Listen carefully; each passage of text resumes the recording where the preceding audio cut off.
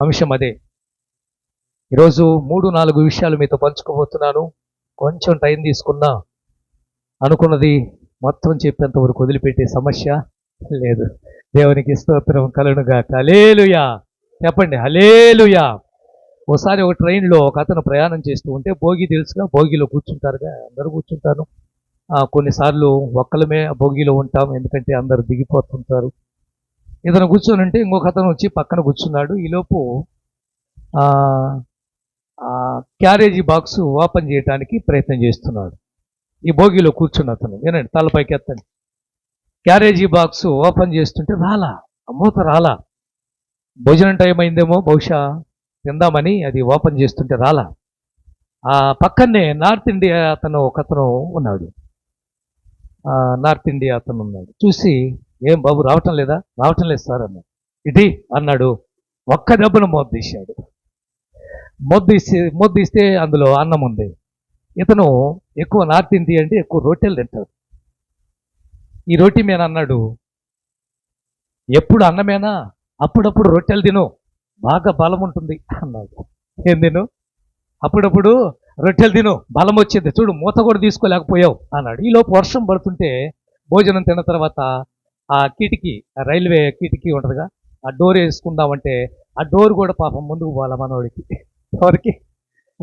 వాగు, అన్నం తినేవాడికి నీకేం బలం ఉంటుంది, నువ్వు పక్కకు రా అని డోర్ దెబ్బకేసాడు. అందరూ పక్క భోగిలో ఉన్నవారు నవ్వుతున్నారు. ఎందుకంటే ఇతన్ని, అంటే కొన్నిసార్లు కొంతమంది ముందు మనం మాట్లాడే విధానాన్ని బట్టి అవతల వాళ్ళని హేళన చేసినట్టు అర్థమవుతుంది. అది గమనించిన ఇతను ఏం చేశాడంటే, ట్రైన్ ఆగటానికి ఏ లాగుతారు, చైన్ ఉంటుందిగా పైన, చైన్ లాగుతారు. ఇతను మనోడు ఏం తెలియకల్లోడు కాదా, మంచి తెలియకల్లోడు. పోయి చైన్ పట్టుకొని లాగటంలా, లాగినట్టుగా ఇలా ఎలా అంటుంటే, ఆగో నీకు బలం లేదేం లేదు, ఎప్పుడు అన్నం తినేవాడు, నీకేం బలం ఉంటుంది, నువ్వు పక్కకు రా అని చైన్ లాగాడు. ఏమి లాగాడు? చైన్ లాగాడండి. ఎప్పుడైతే చైన్ లాగాడో ఊరుకుంటారా? ఎవరు లాగారో ఆటోమేటిక్గా తెలిసిపోయింది డిపార్ట్మెంట్ వాళ్ళకు, రైల్వే డిపార్ట్మెంట్ వెంటనే వచ్చేసారు.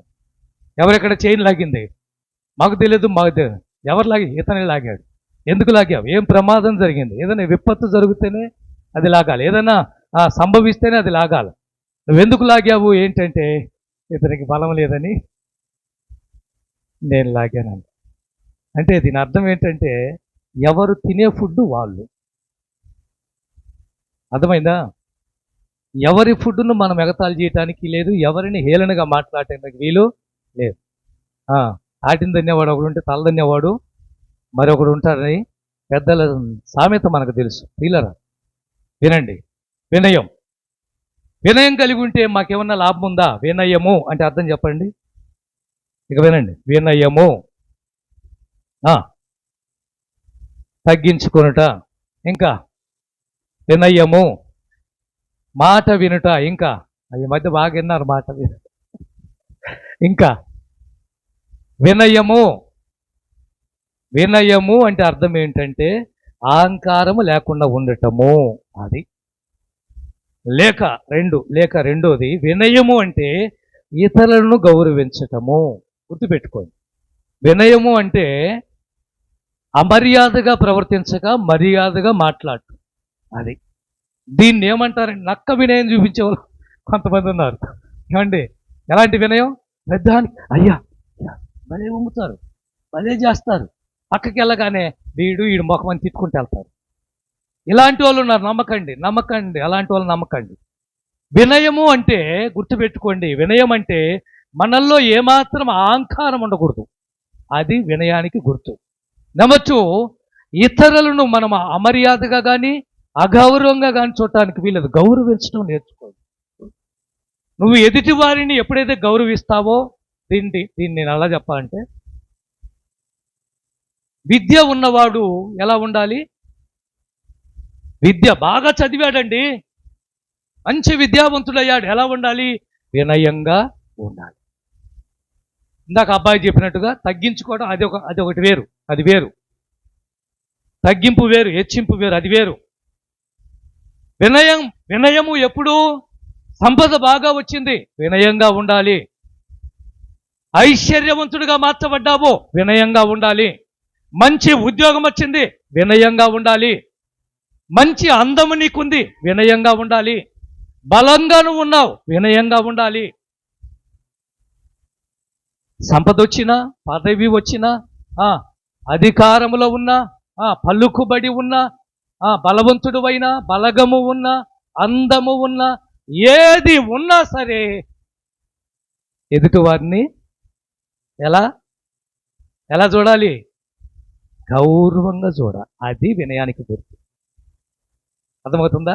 వినయం అంటే ఏదో తగ్గి ఉండటం, నక్క వినయాలు చూపించడం, ఏమి లోపడతారు అప్ప, వాళ్ళని అస్సలు నమ్మకండి. అతి వినయం కదా అండి. వినయము అంటే నువ్వు ఎంత స్థితిలో ఉన్నా, ఏ స్థాయిలో ఉన్నా, ఎంత సంపద ఉన్నా, ఎంత గొప్పవాడివైనా, ఎంత ఉద్యోగస్తుడివైనా, ఏమి సాధిస్తున్నా, ఎంత జ్ఞానవంతుడైనా, మేధావివైనా, ఆఖరికి దీంట్లో ఏం చెప్పాలి, మహాత్ముడు అయినా సరే ఏం కలిగి ఉండాలి? ఎదుటి వారిని గౌరవించటమే వినయం. అంతే. ఎదుటి వారిని మర్యాదగా మాట్లాడటమే వినయమో, ఎదుటి వారిని మర్యాదగా పలకరించటమే వినయమో. వినయానికి వ్యతిరేకమైన పదం ఏంటంటే అహంకారమో, అహంభావమో, గర్వమో. ఇవి ఉన్నట్లయితే నువ్వు వినయం కలిగిన వాడివి కాదో, వినయము నీలో లేదో. జపన్య గ్రంథం. ఇక వెళ్దాం. వాక్యపు వెలుగులేకి తిన్నగా ప్రతి వాక్యాన్ని చక్కగా మీకు చూపించబోతున్నాను. వినయమే ప్రతి మాటలో వినయం, వినయం, వినయం. వినయ్ అనే వాళ్ళు ఎవరు ఉన్నారు ఇక్కడ? పేరు నేను అడుగుతుంది. వినయ్ అని పేరు పెట్టుకున్న వారు ఎవరైనా ఉన్నారా? ఉన్నట్లయితే పేరుకు మాత్రమే వినయ్. లోబడే తత్వం కానీ, ఎదుటి వారిని గౌరవంగా పలకరించటం కానీ, మర్యాదగా మాట్లాడటం కానీ, చాలా మందిలకు పేర్లు పెట్టుకున్నారు, కానీ పేరుకు తగినట్టుగా జీవితము లేదు. జపన్య గ్రంథం 2వ అధ్యాయము 1 నుంచి 3 వచనాలు కిందగా చదవండి. సిగ్గుమాలిన జనులారా, మైకి తీసుకు మైకి, ఈ పక్క ఒక మైకు, ఆ పక్క ఒక మైకు. ఆడపిల్లలు ఎవరనమ్మా చదువుతారేమో. అటు ఒక మైకి ఇవ్వండి, వైరు మైకు. చదువు. జపన్య గ్రంథం 2వ అధ్యాయం 1 నుంచి.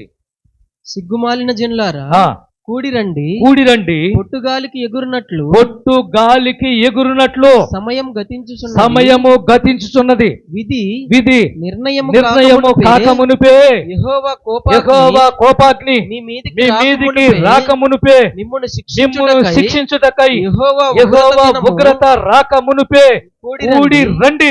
దేశములో సాత్వికులై ఆయన న్యాయ విధులను అనుసరించి సమస్త దీనులారా యెహోవాను వెదకండి.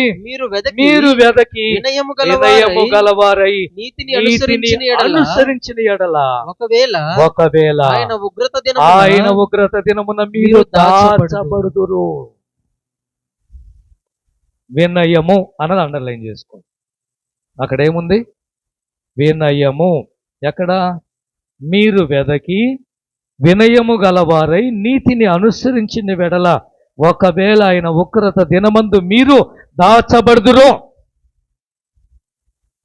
పైన రాయబడిన మాట జపన్య గారు సిగ్గుమాలిన జనులారా అంటాడు. ఎందుకు అంతగా అలా ఎందుకు అనాల్సి వచ్చిందంటే, సమయాన్ని వృధా చేస్తున్నారు, సమయాన్ని పాడు చేస్తున్నారు. దేవుడిచ్చిన అద్భుతమైన 24 గంటలను సరైన రీతిలో వాడుకోకుండా దాన్ని సినిమాల్లోనూ, షికారుల్లోనూ, పబ్బుల్లోనూ, క్లబ్బుల్లోనూ, ఇంకా సెల్ ఫోన్లోనూ, టీవీల ముందు సమయం అంతా వృధా అయిపోతుంది. అందుకే సిగ్గుమాలిన జనులారా అంతంలో తప్పైతే కనిపించాల. 2వ వచనంలో విధి నిర్ణయము కాకమునిపే యెహోవా కోపాగ్ని మీ మీదికి రాకమునిపే మిమ్మును శిక్షించుటకై యెహోవా ఉగ్రత దినము రాకమునిపే కూడిరండి. కూడి వచ్చిన తర్వాత దేశములో ఎవరు కనిపెడుతున్నాడు?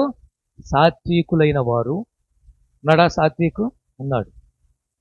సాత్వికులైన వారు, ఆయన న్యాయ విధులను అనుసరించి సమస్త దీనులైన వారు, ఆఖరిలో దేవుణ్ణి వెదికే వినయము కలిగిన వారు. ఏమనుసరించాలి మీరు? నీతిని అనుసరించినట్లయితే వినయము కలిగి యథార్థంగా మీరున్నట్లయితే వినయం కలిగి, పరిశుద్ధంగా మీరున్నట్లయితే వినయం కలిగి, బహుశా దేవుని ఉగ్రత మీ మీద నుంచి తప్పించబడుతుందేమో. ఆయన ఉగ్రతలో మీరు మీ కుటుంబాలను కాపాడుకోగలరేమో. ఈరోజు అహంకారంగా ఉంటే, ఈరోజు గర్వంగా ఉంటే, నాకు డబ్బు ఉంది, నాకు బంధుత్వం ఉంది, నాకు బలగం ఉంది, నాకు అందం ఉంది, నాకు సంపద ఉంది, నాకు ఉద్యోగం ఉంది, నాకు ఇల్లు ఉంది, నాకు కుటుంబం ఉందని గర్విస్తున్నావేమో. దేవుణ్ణి నుంచి ఆశించేది అది కాదు. దీనంగా నువ్వు ఉండాలి, వినయం కలిగి నువ్వు ఉండాలి, తగ్గించుకొని నువ్వు ఉండాలి, ఎదుటి వారిని గౌరవించే బిడ్డగా నువ్వు ఉండాలి. పలకరిస్తే ముత్యాలు ఏమైనా రాలిపోతాయా? నవ్వుతే ముత్యాలు ఏమైనా రాలిపోతాయా? దీన్ని ఏమంటారు చెప్పండి? నువ్వు అలా ఉన్నావంటే నిన్ను ఏమనాలి చెప్పండి? అబ్బో ఆమెకు డబ్బు ఉందని అంటారా అనరా? అందరితో కలిసిపోండి. బైబిల్ ఏమి సెలవిస్తుందో చూపిస్తాను మీకు. ఒక్కొక్క వాక్యాన్ని వివరంగా చదివిస్తాను నేను. 45వ కీర్తన 4వ వచనం. ప్రభు గురించి ఒక మాట, కొన్ని మూలవాక్యాలు మీకు చదివించిన తర్వాత అసలైన దానిలోకి మనం వెళ్తాం. సత్యమును వినయముతో కూడిన నీతిని, సత్యమును వినయముతో కూడిన నీతిని స్థాపించుటకు నీ ప్రభావమును ధరించుకొని వాహనమెక్కి బయలుదేరుతున్నాడు. ఎవరు? దేవుడు దేన్ని స్థాపించాలని వచ్చాడు? సత్యమును. మనిషికి కావలసింది వినయమే. చదువుకున్నాడు కానీ, చెప్పండి ఎన్నిసార్లు చెప్పుంటాను, ఏమి లేదు, పెద్ద చదువేనండి, సంస్కారం లేదు. ఎప్పుడు అంటారు ఈ మాట? ఇంటికి వచ్చినప్పుడు కనీసం పలకరించకపోతే ఏమంటారు నిన్ను చెప్పండి? ఇంటికి వచ్చినప్పుడు కనీసం కూర్చోమని చెప్పని మర్యాద లేని వ్యవహారాన్ని చూసినప్పుడు ఏమంటారు నిన్ను? గొప్పవాడివే, బాగా చదివిన విద్యావంతుడివే, బాగా సంపాదించిన సంపాదికుడివే, మంచి బిజినెస్ మ్యాన్వే. మర్యాద తెలియని వాడిని ఏమంటాడు?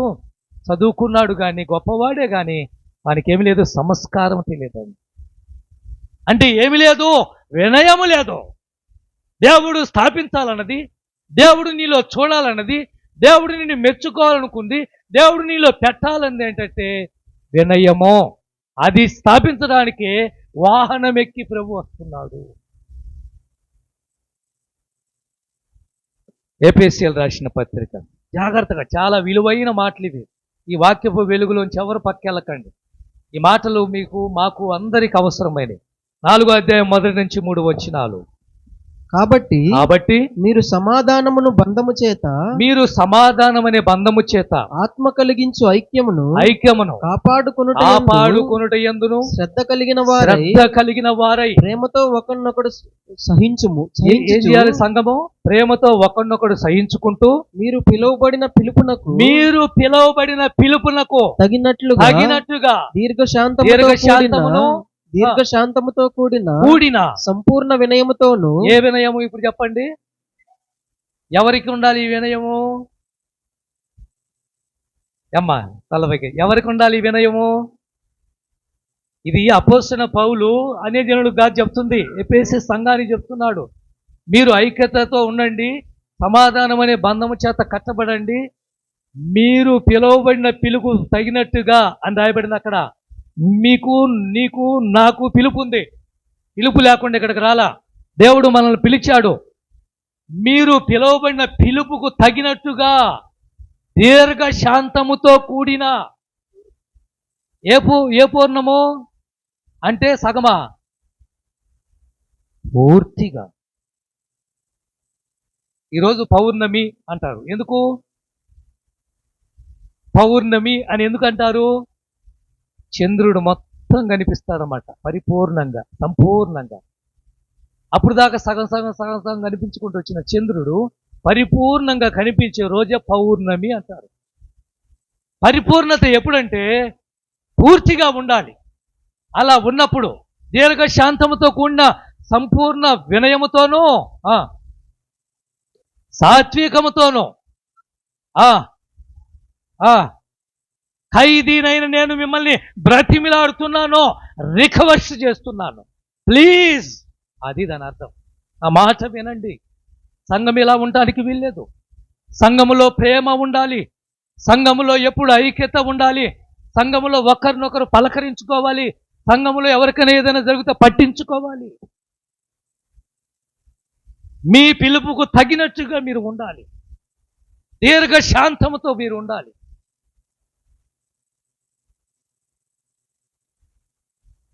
కొలసి పిలిపిలు రాసిన పత్రిక, అన్ని పత్రికల్లోంచి కొన్ని విషయాలు మీకు చూపిస్తాను. 2వ అధ్యాయం 3, 4, 5 వచనాలు గట్టిగా చదువు, మైకు పెట్టుకో. కక్ష చేతనైనను 3వ అధ్యాయం 2వ అధ్యాయము బైబిల్ తీశారా? 3వ వచనము, 4వ వచనం, 5వ వచనం. కక్ష చేతనైనను అయినను వృద్ధాతిశయము చేతనైనను అయినను ఏమీయు చేయక వినయమైన మనస్సు గలవారై ఒకనొకడు తనకంటే యోగ్యుడని ఎంచుచు. ఏం చేయాలి సంఘస్థులు? బాగా పాట పాడాడు, ఏం చేయాలి? అబ్బా, నువ్వు పాడుతుంటే పక్షులు ఆలకించాయి అనాలా అంటే వాడు ఇంకొక పాట, అమ్మ ఇంకొక పాట నేర్చుకుంటుంది. ఒకరిని ఒకరు ఏం చేయాలి? యోగ్యులు. ఎంత అద్భుతంగా ప్రార్థన చేస్తున్నావు అక్క నువ్వు. నిజంగా నీ ప్రార్థన వింటే నేను అలా చేయాలనిపిస్తుంది అనాలా. చిన్నపిల్లలు పాట పాడుతుంటే వాళ్ళని ఎంత ప్రోత్సహించాలి. ఒక్క కామెంట్ పెట్టారా మిమ్మల్ని నేను అడుగుతున్నాను, మన సంఘస్థులు ఇన్ని మన వీడియోలు చూస్తున్నారు కదా, పిల్లలు పెడుతున్నారులే, కృపావతి, మన రాణి, తర్వాత ప్రేభు, వీళ్ళే కనిపిస్తారు. ఎప్పుడన్నా కనిపిస్తే ఒక్క కామెంటు, చాలా అద్భుతంగా మెసేజ్ ఉంది, ప్రైజ్ లార్డ్ అని ఒక్క కామెంట్ పెట్టారా? ప్రోత్సాహం లేకపోతే ముందుకు ఎలా వెళ్తారు చెప్పండి? ఒకరిని ఒకరు ఏమనుకోవాలి? యోగ్యులు అంటే మెచ్చుకోవాలి. చదువు. మీలో ప్రతి వాడును తన సొంత కార్యములను మాత్రమే గాక ఇతరుల కార్యములను కూడా చూడవలెను. క్రీస్తు యేసునకు కలిగిన ఏ మనసు కలిగి ఉండాలి మనము? యేసుక్రీస్తు ఎలాంటి మనసు కలిగి ఉన్నాడో, యేసుక్రీస్తు ఎలాంటి ప్రేమ కలిగి ఉన్నాడో, యేసుక్రీస్తు వారు ఎంత కనికరం కలిగి ఉన్నాడో, యేసుక్రీస్తు ఎంత అద్భుతంగా ఉన్నాడో అలాంటి మనసు మనకు ఉండాలి. ఇప్పుడు కొలస్సీలకు రాసిన పత్రిక 3వ అధ్యాయం 12వ వచనం. 3వ అధ్యాయం 12వ వచనం. కాగా దేవుని చేత ఏర్పరచబడిన వారును పరిశుద్ధులను ప్రియులనైన వారికి తగినట్లు మీరు జాలి గల మనస్సును. చూడండి, ఎవరికి తగినట్టుగా? ప్రియులైన వారికి తగినట్టుగా మీరు జాలి, మీలో ఉండాల్సింది జాలి, దయాలత్వము, వినయమును, సాత్వికమును, దీర్ఘశాంతమును ధరించుకొనుడి. ధరించుకోవటం అంటే ఇప్పుడు ఈ సొక్కా ఉంది, నేనేం చేశాను? ధరించాను. అలా ఉండాలి ఇవన్నీ మీ దగ్గర. అందులో వినయం ఉంది. అందులో ఏముంది? వినయం ఉంది. ఎవరికి తగినట్టుగా? ప్రియులైన పిల్లలకు తగినట్టుగా. మన ముందు ఎలా జీవించారో, మన ముందు భక్తులు ఎలా బతికారో అలాంటి వారికి తగినట్టుగా, ఇందాక పిలువబడిన పిలుపుకు తగినట్టుగా. ఇప్పుడు ప్రియులైన పిల్లల కంటే ఆ రోజు ప్రియులని ఎవరన్నాడు? దానియేలు, నువ్వు నాకు బహు గుర్తుపెట్టుకో, దానియేలులాగా నేను ఎందుకు బతకూడదు? ఏబులాగా ఎన్ని సమస్యలు నేను ఎందుకు ఎదుర్కోకూడదు? షడ్రకు, మెషకు, అబేద్నెగోలాగా ఎంత అగ్ని శ్రమలు వచ్చినా నేను ఎందుకు భరించకూడదు?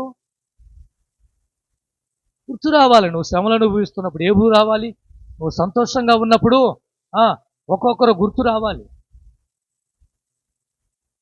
హెబ్రీ పత్రిక 12వ అధ్యాయం 28వ వచనం. ఇక్కడ ఒక మాట ఉంటుంది. అందువలన మనము నిశ్చలమైన రాజ్యమును పొంది దైవ కృప కలిగి ఉందుము. ఆ కృప కలిగి వినయ భయభక్తులతో దేవునికి, ఇక్కడ బాగా వినండి, వినయ భయభక్తులతో దేవునికి ప్రీతికరమైన సేవ చేయుదుము. సేవ చేసే పిల్లలకు చెప్తున్నాను, ఎలా చేయాలి? దైవ కృప కలిగిన మీరు, దేవుని సేవ చేయాలనుకుంటున్న మీరు, దేవుని పరిచర్యలో పాలి భాగస్తులుగా ఉండాలి అనుకుంటున్న మీరు, ఎలాంటి సేవ ఆయన కోరుకుంటుంది? వినయముతో కూడిన భక్తి. ఆ భక్తిలో దేవుని సేవ ఇష్టంగా చేయాలి, ప్రీతికరంగా చేయాలి. ఒక్క మాట అంటే ఓర్చుకోలేవు. ఎవరైనా మాట్లాడితే అసలు తట్టుకోలేవు. ఇంట్లో మీ అమ్మ అంటే నువ్వు ఒప్పుకోలేవు. ఏంటి నీలో వినయము, భక్తి ఏది? పేతురు రాసిన పత్రిక 3వ అధ్యాయం 8వ వచనం, మొదటి పేతురు పత్రిక. ఇక్కడ ఒక మాట ఉంటుంది చూడండి. తుదకు మీరందరూ ఏక మనస్కులై, మీరందరూ ఏక మనస్కులై ఒకరి సుఖ దుఃఖముల యందు ఎలా ఉండాలి సంఘం? చెప్పండి చెప్పండి. రూపాకు బాగోలేదు, పలకరించేదా?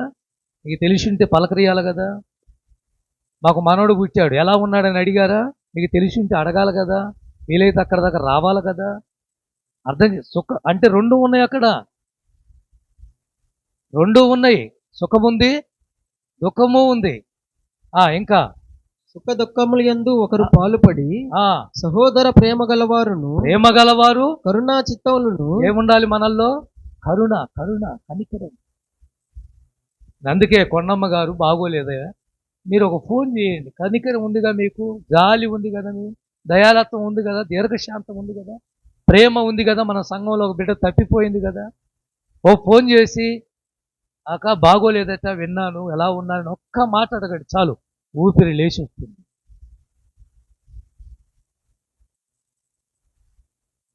కరుణాచిత్తులై ఏమై ఉండాలి? ఎక్కడ చూసిన వినయం కనిపిస్తూనే ఉంది. అర్థమైంది మీకు? మాకేమీ పట్టదండి ఎవరికి ఏం జరిగినా. ఇది కాదే సంఘము, ఇది కాదే కుటుంబము. కుటుంబంలో ఎవరికైనా దెబ్బ తగిలితే ఎవరు ఆగుతారు? సంఘములో ఎవరికైనా బాధ కలిగితే మనం ఆగొచ్చా? సంఘములో ఏ ఇంట్లైనా మంచి జరిగితే మనం వెళ్ళి సంతోషం ఒక కంగ్రాచులేషన్ అని చెప్పొద్దు అండి? చెప్పాలా లేదా? ఉద్యోగం వచ్చిందండి కొడుకు, ఏం చేయాలి? చెప్పాలి కదా. ఎవరో బాగోలేరండి మీ ఇంట్లో, తెలిసింది నీకు, ఫోన్ చేసి అడగాలి కదా.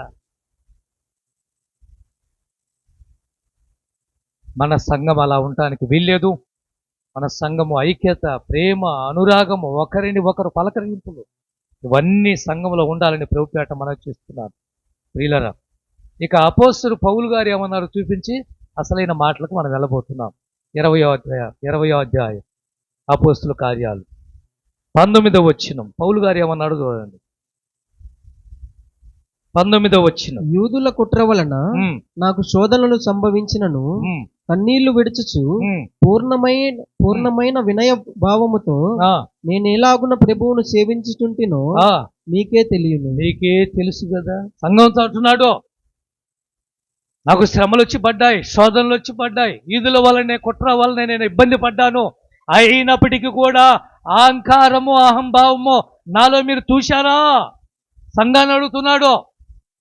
ఎప్పుడైనా నేను కోపగించుకోవడం చూశారా మీరు? అహంకారంగా ప్రవర్తించడం చూశారా మీరు?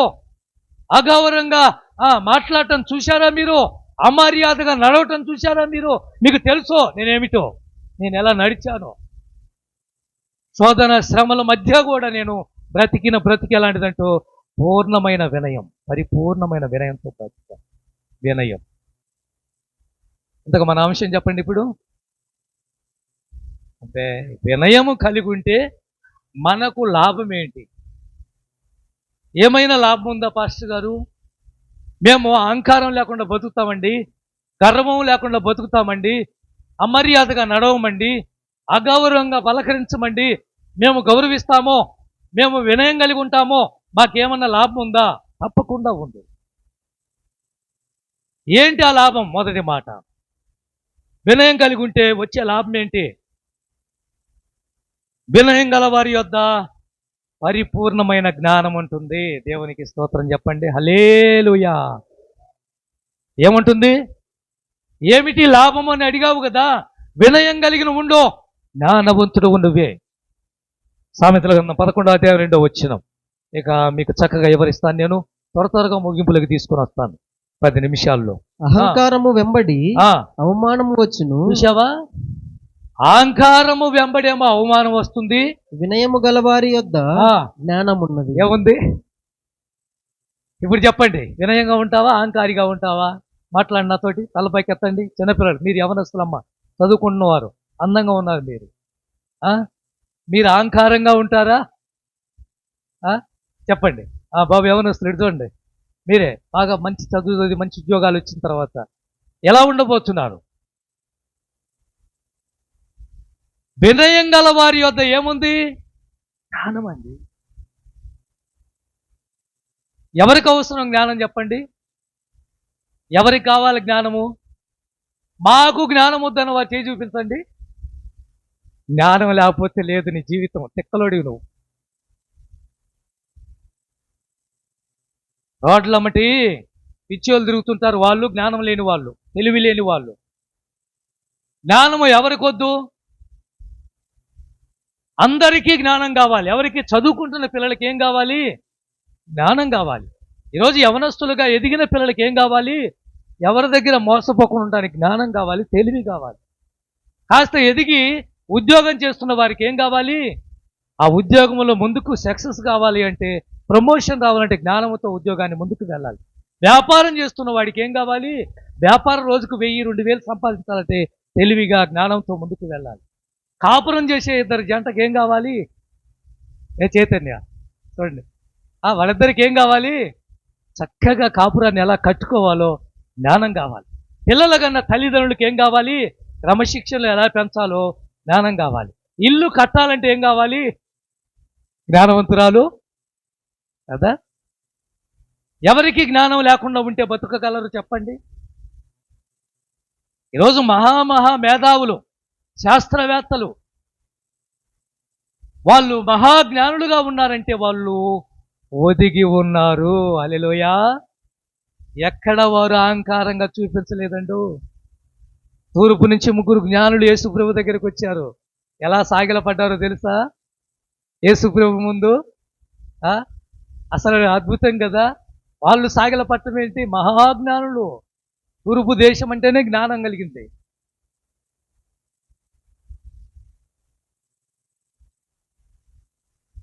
నీకు జ్ఞానం కావాలి అంటే నువ్వు చేయవలసింది ఒకే ఒకటి ఉంది, వినయం కలిగి ఉండు. అంతే. మంచి జ్ఞానం దేవుడు ఇస్తాడు. మొదటి రాజుల గ్రంథం 4వ అధ్యాయం 29వ వచనం.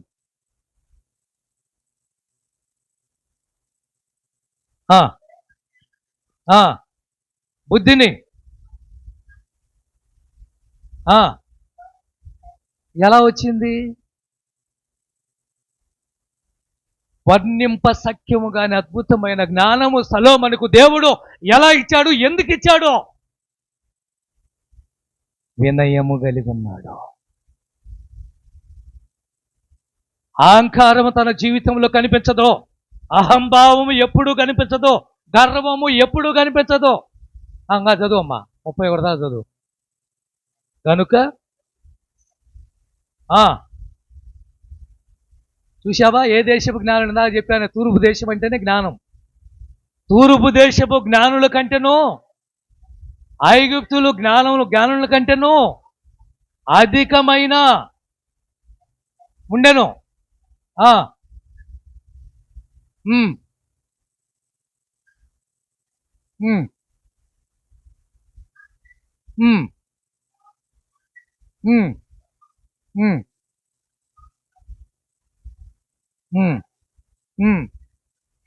ఎలా ఉన్నాడు?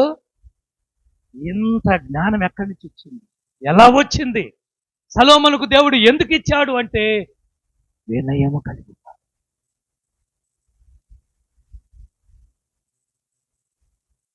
అదే రాజుల గ్రంథం 10వ అధ్యాయం 23వ వచనం కూడా సొలొమోను గురించి. 23-24. ఈ ప్రకారము రాజైన సొలొమోను ధనము చేతను జ్ఞానము చేతను భూపతులందరిలో అధికుడై ఉండెను. అతని హృదయమందు దేవుడు ఉంచిన జ్ఞాన వాక్కులను వినుటకై లోకులందరూ అతని చూడగోరి. సొలొమోను దగ్గరికి రావాల్సిందే. ఎంత జ్ఞానమో! అందుకే మీ పిల్లలకు చెప్పండి, సామెతలను చదివించండి మీ పిల్లల చేత, జ్ఞానం వస్తుంది. అహంభావము అహంకారం ఉన్న వారికి ప్రసంగి గ్రంథాన్ని చదివించండి. ఏ గ్రంథం? ప్రసంగి గ్రంథాన్ని చదివించండి. వ్యర్థము వ్యర్థము వ్యర్థము వ్యర్థము. ఏది శాశ్వతం కాదు నాయన, అంతా వ్యర్థమే. సూర్యుడి కింద ఉన్నదంతా వ్యర్థమే.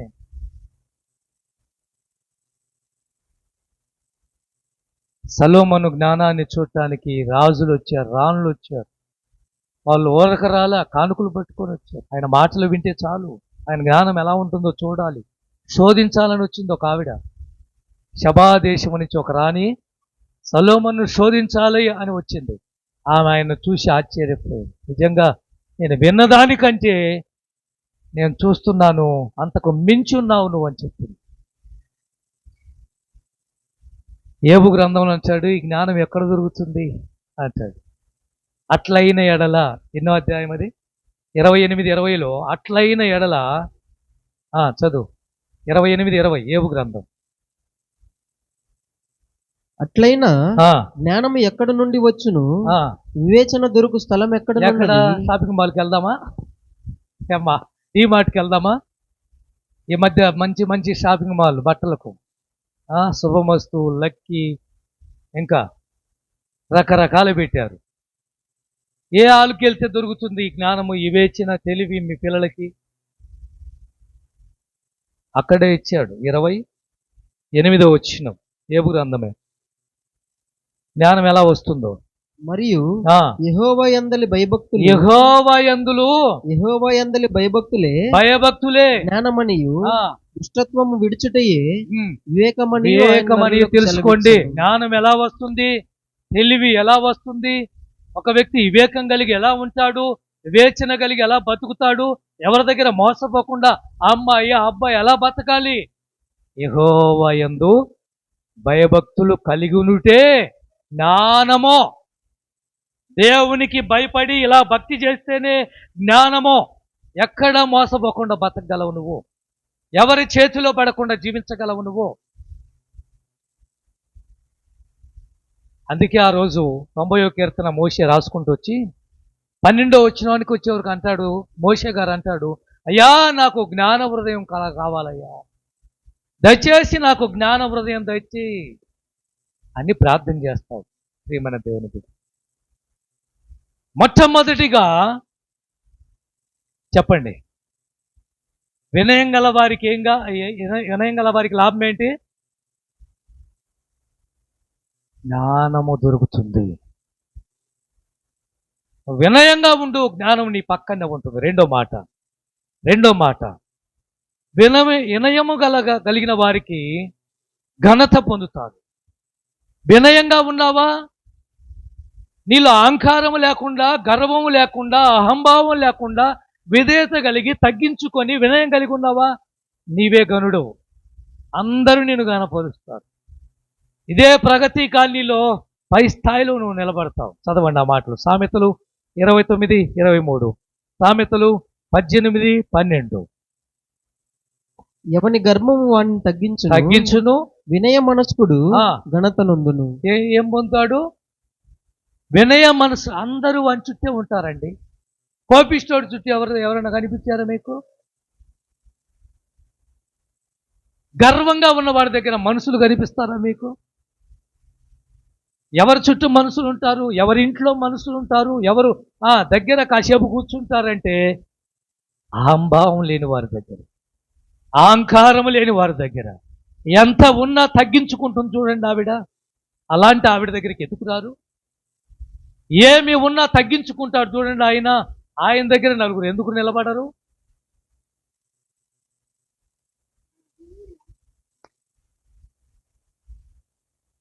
పద్దెనిమిది 12. ఆపత్తు రాకమునుపు నరుని హృదయం అతిశయపడును, ఘనతకు ముందు వినయము ఉండును. నువ్వు గణపరచబడాలి, నువ్వు సన్మానించబడాలి, నువ్వు సత్కరించబడాలి, నీకు చప్పట్లు కొట్టాలి, నీకు పూలదండలు వేయాలి, నిన్ను స్టేజి మీదకి పిలవాలి, నీ పేరును అందరూ పలకరించాలి అని నువ్వు ఆశించినట్లయితే వినయంగా బతుకు. ఘనతకు ముందు ఏముంటుంది? ఘనతకు ముందు ఏమి వెళ్తుంది? వినయం.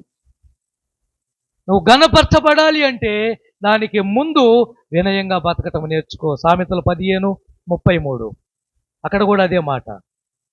సామెతలు 15:30. యెహోవా యందు భయభక్తులు కలిగి ఉండుట జ్ఞానాభ్యాసమునకు సాధనము ఘనతకు ముందు వినయముండును. దేవునికి స్తోత్రం. హల్లెలూయా.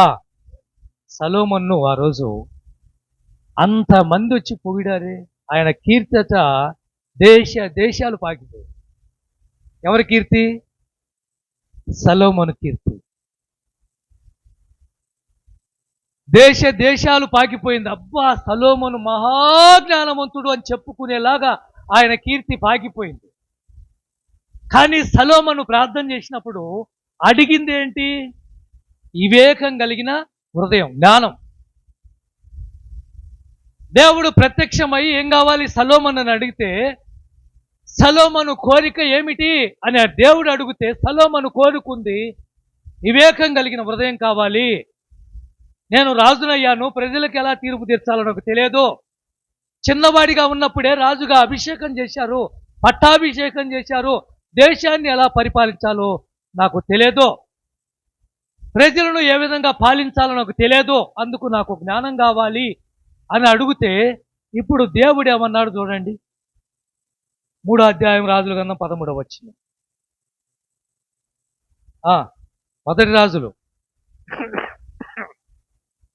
మొదటి రాజుల గ్రంథం 3వ అధ్యాయము 13వ వచనం. మరియు నీవు ఐశ్వర్యమును ఘనతను ఇమ్మని అడుగకపోయినను. చూసావా? ఏమడగలేదు? ఐశ్వర్యం అడగలేదు, ఘనతను అడగలేదు, శత్రువుల ప్రాణాన్ని కూడా అడగలేదు. దేవుడు కనిపించి, సొలొమోను నీ కోరిక ఏమిటి అంటే, ఆయన కోరుకుంది వివేకం కలిగిన హృదయం, మంచి మనసు, తగ్గించుకునే తత్వము, తెలివిగా ఉండే జ్ఞానము, ఇవి కావాలి అని కోరుకుంటే దేవుడు అంటున్నాడు, సొలొమోను నువ్వు ఐశ్వర్యం అడగలేదు, ఘనతను అడగలేదు, శత్రువుల ప్రాణమైన నువ్వు అడగలేదు, అయినా నేను వాటిని కూడా నీకు ఇచ్చుచున్నాను. ఘనతనివ్వలా? సొలొమోనుకు ఘనత ఎక్కడొచ్చింది? ఎలా వచ్చింది? వినయము కలిగి ఉండటము, అంతే.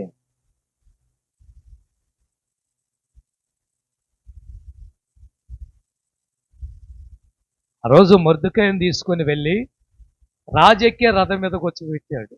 ఏమండి, ఎక్కడ కూర్చోబెట్టాడు? రాజకీయ రథం మీద కూర్చోబెట్టాడు. రాజు ధరించే బట్టలు వేశాడు, రాజు మెళ్ళ వేసుకునే ఆరాలన్నీ వేశాడు, దండలు వేశాడు, రాజు పెట్టుకునే కిరీటం పెట్టాడు. రాజు ఊరేగిస్తున్న రథం మీదకి ఎక్కించి బజారు మొర్దెకైను గనపరిచారు. ఎందుకు? ఒక్క హామాను దగ్గర తప్ప మొర్దెకై ఎక్కడ అహంకారంగానే ఆంభావంగా కనిపించింది. తెలుసా మీకు? మొర్దెకై ఎవరెంతకు తెలుసో తెలియదు మీకు? ఎస్తేరు వాళ్ళ బాబాయ్, పినతండ్రి. 6వ అధ్యాయంలో ఎస్తేరు గ్రంథములో మొర్దెకైని నేను గణపరచాలి అంటాడు. 3వ వచనం అనుకుంటా. 3వ వచనం రాజుగారు ఏమంటాడు? ఆ సంగతి విని ఇందు నిమిత్తము మొర్దెకైకి బహుమతి ఏదైనను ఘనత ఏదైనను చేయబడిన. గణపరిచారా? మొర్దెకైకి ఏదన్నా దండలేశారా? చప్పట్లు కొట్టారా?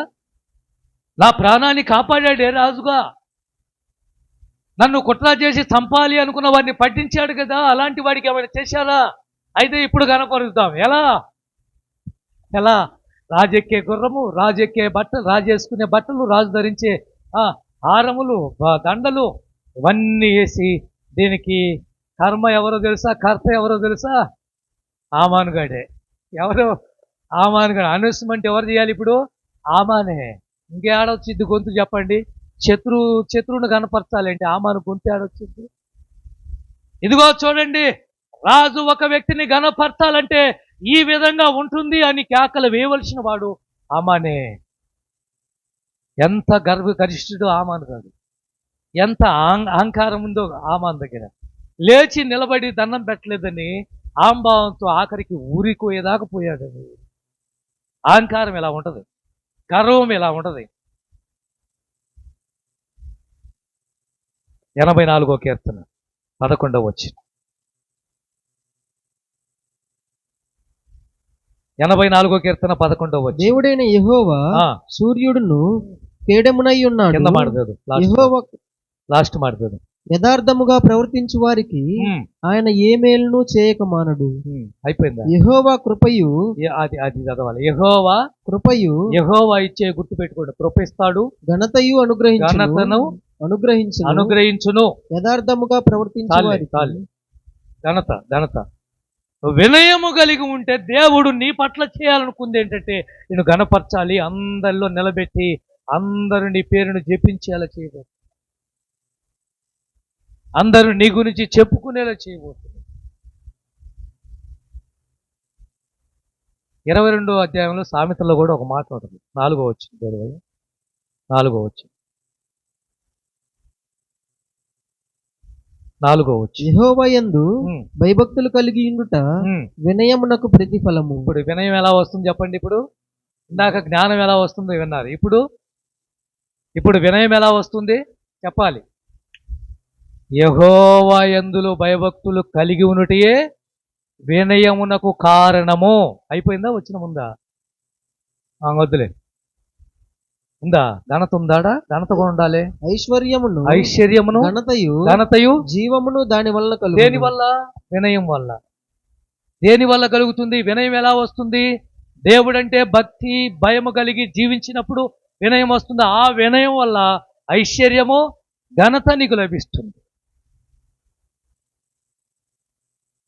3వ మాట, వినయంగా ఉంటే మనకు లాభం ఏంటి? 3వ మాట, నువ్వు వినయం కలిగిన వాడివైతే, వినయం కలిగిన దానివైతే, వినయం కలిగిన అమ్మాయివైతే, వినయం కలిగిన అబ్బాయివైతే, వినయం కలిగిన సంఘస్థుడు అయితే, వినయం కలిగిన క్రైస్తవుడు అయితే యేసు నీతో ఉండాలి అనుకుంటున్నాడు. తప్పలు కొట్టండి, ఒకసారి తప్పలు కొట్టండి. దేవుడే నీతో నివసించాలి అని అనుకుంటున్నాడండి. దేవుడే నీతో ఉండాలి, నీతో సహవాసం చేయాలి, నీతో స్నేహం చేయాలి, నీతో కలిసి కాసేపు ఉండాలి అని ఆశపడుతున్నాడు. ఎవరితో? అహంకారులతోనా? ఆంభావం కలిగిన వారితోనా? ఏదో ఒక పాట ఉండే, ఏం పాట అది? యెహోవా నా బలమా, ఏది యథార్థమైనదా, యెహోవా నీ నామా, అందులో ఒక పాట ఉంది. అహము అనే అక్షరంతో కూడిన వచనాలు ఉంటాయి. యెహోవా నీ నామంలో కాదనుకుంటా, యెహోవా నీ యథార్థమని 6 వచనాలు 8 వచనాలు ఉంటాయి. అందులో ఉంటుంది అహమును విడిచి అనే పాట. ఈ అహం వల్ల నష్టపోయానన్నమాట. దేవుడు ఎవరితో ఉండాలి అనుకుంటున్నాడంటే వినయం గల వారి యొద్ద. 57వ అధ్యాయం యెషయా గ్రంథం ముగింపులోకి వచ్చేసాము. 15వ వచనం. మహాగణుడు మహోన్నతుడు పరిశుద్ధుడు నిత్య నివాసియునైన వాడు ఇలాగూ సెలవిస్తున్నాడు, నేను మహోన్నతమైన పరిశుద్ధ స్థలములో నివసించేవాడిని అయినను వినయము గలవారి ప్రాణమును ఉజ్జీవింపచేయుటకును నలిగిన వారి ప్రాణమును ఉజ్జీవింపచేయుటకును వినయము గలవారి యొద్దను దీన మనస్సు గలవారి యొద్దను నేను నివసిస్తాను. ఎక్కడ ఉండే దేవుడు? అతి పరిశుద్ధమైన స్థలములో ఉండే దేవుడు. ఎలాంటి దేవుడు? సూర్య కోటి తేజాల కంటే తేజస్సు కలిగిన దేవుడు, మహోన్నతుడు, మహనీయుడు, శక్తిమంతుడు, సర్వోన్నతుడు, సర్వాంతరమైన దేవుడు. ఆప్షాలు ఒక వ్యక్తితో ఉండాలనుకుంటున్నాడు. ఎవరు ఆ వ్యక్తి? వినయము కలిగిన వాడు. ఒక మనిషితో జీవించాలి. ఒక మనిషితో నేను ఉంటాను. ఎందుకు ఆ వ్యక్తితో ఉండాలనుకుంటున్నా అంటే అతను వినయం కలిగి ఉన్నాడు, విధేయత కలిగి ఉన్నాడు, అహంకారం లేదు, అహంభావం లేదు, ఎంత తగ్గింపో. ఇలాంటి వారితో కాసేపు ఉంటే బాగుంటుంది. ఇలాంటి అమ్మాయితో కాసేపు కూర్చుంటే బాగుంటుంది. ఇలాంటి ఆవిడతో కాసేపు మాట్లాడితే బాగుంటుంది. ఇలాంటి అన్నతో కాసేపు నిలబడితే బాగుంటుంది. ఆ రోజు రూతు బయలుదేరే ముందుగా నయోమి ఏమంటుంది? అమ్మా, మీరు యవనస్తులు వెళ్ళిపోండి తల్లి, పెళ్లి చేసుకొని మళ్ళా పిల్లల్ని కనండి, మీకు చాలా భవిష్యత్తు ఉంది, చాలా అద్భుతమైన ఫ్యూచర్ ఉంది, నా మాట వినండి అని నయోమి మాట్లాడితే వార్ప ముద్దు పెట్టుకొని వెళ్ళిపోతే రూతు అంటది, నీవు నివసించే చోట నేను నివసిస్తాను. ఎక్కడ? అమ్మా వినండి రే, ఎవరు రూతు మాట్లాడిన మాటలు, రూతు గ్రంథాన్ని చదువుకోండి మీరు. 13వ వచనమా ఎన్నో వచ్చిన 14వ వచ్చిన 16 వచనములో మొదటి అధ్యాయము రూతు అత్తతో చెప్తున్న మాట ఏంటంటే, నా వెంబడి రావద్దని నన్ను విడిచిపెట్టమని నన్ను బ్రతిమాలకొనవద్దు. నీవు వెళ్ళే చోటకు నేను వచ్చేదను. నేను వస్తాను. నీవు నివసించే చోటనే నేను నివసించేదను. ఎక్కడ నివసిస్తాను? అత్తమ్మా, నువ్వు ఎక్కడ ఉంటావో అక్కడ నేను ఉంటాను, నువ్వు ఎక్కడ నివసిస్తావో నేను అక్కడే నివసిస్తాను. ఇలా చెప్పటానికి కారణం ఏంటి? 10 సంవత్సరాలు అత్త కోడలు కలిసి ఉన్నారు కొడుకులు ఉన్నప్పుడు. ఆ 10 ఏళ్ల కాపురంలో అత్తను బాగా పరిశీలన చేసింది ఎవరంటే రూతేనే. ఆమె ప్రవర్తన ఏమిటో, ఆమె మర్యాద ఏమిటో, మాట్లాడే విధానం ఏమిటో, ఆమె నడవడి ఏమిటో, ఆమె వైఖరి ఏమిటో, ఆమె ఎలా బ్రతుకుతుందో, ఎలా జీవిస్తుందో అంతా తెలుసుకున్నది రూతు. కాబట్టి ఇలాంటి అత్తతో ఉండటం నాకు సేఫ్టీ, ఇలాంటి అత్తతో ఉండటం నాకు మంచిది, ఇలాంటి అత్తను వదులుకోకూడదు అని చెప్పి ఆ రోజు నువ్వు ఎక్కడ ఉంటావో నేను అక్కడ ఉంటాను, నువ్వు నివసించే చోట నేను నివసిస్తాను అంటే, ఇప్పుడు చెప్పండి, నయోమైన అత్తమ్మ దగ్గర ఈమె కనుక్కున్నది ఏమిటి చెప్పండి? ఏం కనుక్కుంది రూతు నయోమి దగ్గర? అది వినయం. అహంకారం ఆమెలో లేదు, అహంభావం ఆమెలో లేదు. ఎంత మంచి అత్తో నయోమి. నిజంగా అలాంటి అత్తలుంటే ఈరోజు ఎంత బాగుంటాయో కుటుంబాలు. అందుకే ఇది కనుక్కుంది కాబట్టి నువ్వు నివసించే చోట నేను నివసిస్తాను. ఇది నీలో కనుక్కుంటే దేవుడు అంటున్నాడు, నువ్వు వినయం కలిగిన వాడివా, నీ దగ్గర ఎంత గొప్ప వాడిని నీతో ఉండాలి అనుకుంటున్నాను నేను. అందుకే 14వ అధ్యాయం యోహాను సువార్తలో, నేను వెళ్ళి మీకు స్థలం సిద్ధపరిచి మరలా వచ్చి నేనుండే స్థలములో, ఎక్కడ? నేనుండే స్థలములో మిమ్మల్ని తీసుకుని వెళ్తాను. ఎవరిని? వినయం కలిగిన వారిని మాత్రమే తీసుకెళ్తాను. అంతేకాదు యోహాను సువార్త 1వ అధ్యాయము 14వ వచనములో, ఆ వాక్యమే శరీరధారై కృపా సత్య సంపూర్ణుడిగా మన మధ్య నివసించను. మన మధ్యలోకి దిగి వచ్చిందే దేవుడు. ఎలా? అంత గొప్ప దేవుడు మానవుడిగా దిగొచ్చు. ఇలాంటి దేవుడు నీతో నివసిస్తానంటే ఆంభావంతో ఉంటే ఎలా బతుకుతావు? ఎలా వస్తాడు ఆయన? అహంకారంతో ఉంటే ఎలా ఆయన నీతో కలుస్తాడు? గర్వంగా బతుకుతున్నావంటే నీతో ప్రభు ఎలా మాట్లాడతాడో ఆలోచించు. ప్రియమైన దేవుని బిడ్డలారా, ముగిస్తున్నాను. వినయం కావలసింది మనకు. వినయం అంటే మళ్ళా చెప్తున్నాను, ఎదుటి వారిని గౌరవించటమే వినయం. వినయం అంటే చెప్తున్నాను, అహంకారం లేకుండా బతకటమే వినయం. అహంభావం లేకుండా జీవించటమే వినయం. గర్వం లేకుండా జీవించటమే వినయం. ఇందులో 4వ మాట, వినయం కలిగిన వారిని ఆయన రక్షిస్తాడు. గుర్తుపెట్టుకో. 4వ మాట ఏంటి? ఎవరిని కాపాడుతాడు? ఎవరిని ప్రమాదం నుంచి తప్పిస్తాడు? ఎవరిని పాపం నుంచి విడిపిస్తాడు? ఎవరిని విమోచించి నిత్య జీవానికి వారసులుగా మారుస్తాడో తెలుసా? ఎవరైతే వినయంగా ప్రభువా నేను తగ్గించుకుంటున్నానయ్యా నన్ను రక్షించు అని అడుగుతారో అలాంటి వాడిని. ఆ మాట చదవండి, ముగిద్దాం. యోబు గ్రంథం 22వ అధ్యాయం 29వ వచనం త్వరగా. యోబు గ్రంథం 22:29. యోబు గ్రంథం 22 కింద మాట చదువు. వినయము గలవారినే ఆయన రక్షించు. మళ్ళీ పైన చదువు. అయితే పైన చదువు. నీవు పడద్రోయబడినప్పుడు మీదు చూచినందువు వినయము గలవారినే రక్షిస్తాడు. ఈరోజు మనందరం రక్షింపబడ్డాము, నమ్మి బాప్తిసం పొందుకున్నామంటే ఆశామాష కాదండి. నువ్వు నిజంగా విధేయత కలిగి, వినయం కలిగి, తగ్గించుకొని, అహంకారం లేకుండా, గర్వం లేకుండా, అహంభావం లేకుండా, వ్యతిరేకత లేకుండా, అమర్యాద లేకుండా, అగౌరవపరిచే బిడ్డవు కాదు. కాబట్టే ఈరోజు నీవు నేను రక్షించబడ్డావు. ఎందరికో లేని భాగ్యము రక్షణ. ప్రమాదం వచ్చింది, తప్పించబడి ఇంటికి వచ్చావంటే కారణం ఏమిటో తెలుసా? నీలో ఉన్న వినయమే దానికి కారణం. అనారోగ్యంతో హాస్పిటల్కి వెళ్ళావు, హాస్పిటల్ నుంచి క్షేమంగా ఇంటికి వచ్చావంటే కారణం ఏంటో తెలుసా? నీలో ఉన్న వినయమే. వినయమే బతికి మరలా బయటపడ్డావు ఆపరేషన్లో, అనారోగ్యంలో. అదే వినయం లేకపోతే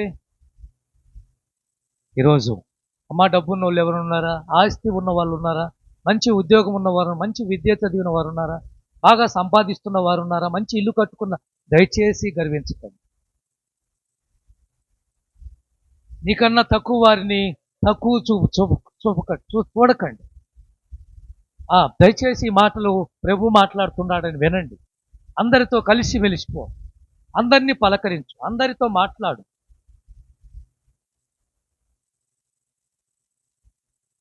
మనమెంత? నెబుకద్నెజరునే ఏం చేశాడు? సింహాసనం నుంచి దించి గడ్డి మేపాడు. నువ్వు నేనెంత? రాజునే కిందకు దించి 7 ఏండ్లు గాడిదలతో పాటు గడ్డి మేశాడు. కాబట్టి తగ్గించుకుందాం, వినయంగా ప్రవర్తిద్దాం. అందుకే గొల్లల దగ్గరికి వచ్చి యేసుప్రభు సువార్త ఎవరికి ప్రకటించాడు? మొట్టమొదటిగా చెప్పండి.